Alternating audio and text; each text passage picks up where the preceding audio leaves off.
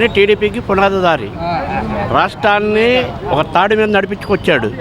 పార్టీని vote ceiling లేకుండా ఒక దారిలో తీసుకొచ్చాడు.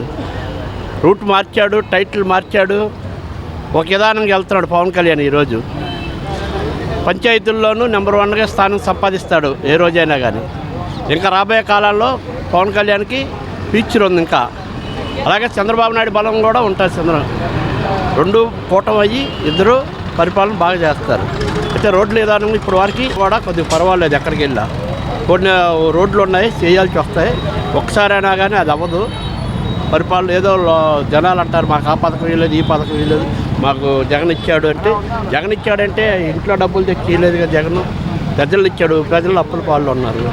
అట్లాగంట చంద్రబాబు ఆ రకం కాకుండా ఏదైనా మార్పులు చేర్పులు చేసి ప్రజలకు ఏదైనా చేశాక మార్పు చేద్దాం, ప్రజలకు ఇచ్చి ప్రజలను కూడా కాపాడదాం అని ఆయన ఆలోచన బాబు గారిది. అది అమరావతి కంపల్సరీ పూర్తి చేస్తాడు. ఆయన ఆశ భాగం అంతా దాంట్లోనే ఉంది. చంద్రబాబు నాయుడు ఊపిరి కూడా దాంట్లోనే పెట్టాడు. చంద్రబాబు నాయుడు ఊపిరి అమరావతిలోనే పెట్టాడు.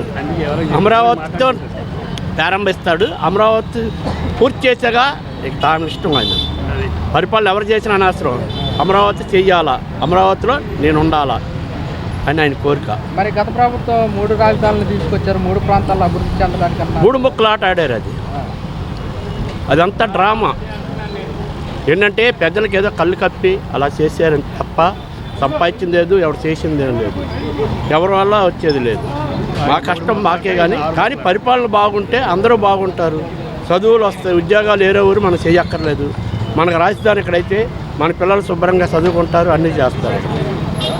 ఇప్పుడు మన తమ్ముళ్ళు అటు వెళ్తారు అవన్నీ కాకుండా ఇక్కడ చేస్తారు. ఏదైనా కానీ పరిపాలన నెంబర్ 1 పవన్ కళ్యాణ్ ఈరోజు కాదు, ఇంకో 10 సంవత్సరాల తర్వాత కూడా నెంబర్ 1గా నిలబడతాయి. మార్పులు చేర్పులు వచ్చిన ఆయనలోనూ అన్నీ వచ్చినాయి. అప్పటికిప్పుడు చాలా మార్పు వచ్చింది.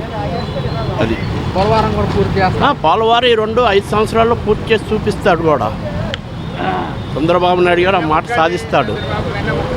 అది రోడ్లు కానీ పథకాలు లేదా మా ఖాళీలో ఇస్తాడు. టైం పడుతుంది. 7 నెలల్లో ఇప్పుడు కంచెన అన్నం పెడితే తెల్లంగా ఆకలేసినంత తింటాం. అలాగే ఒకేసారి 7 నెలల్లో మొత్తం అయిపోవాలంటే అవ్వవు కదా.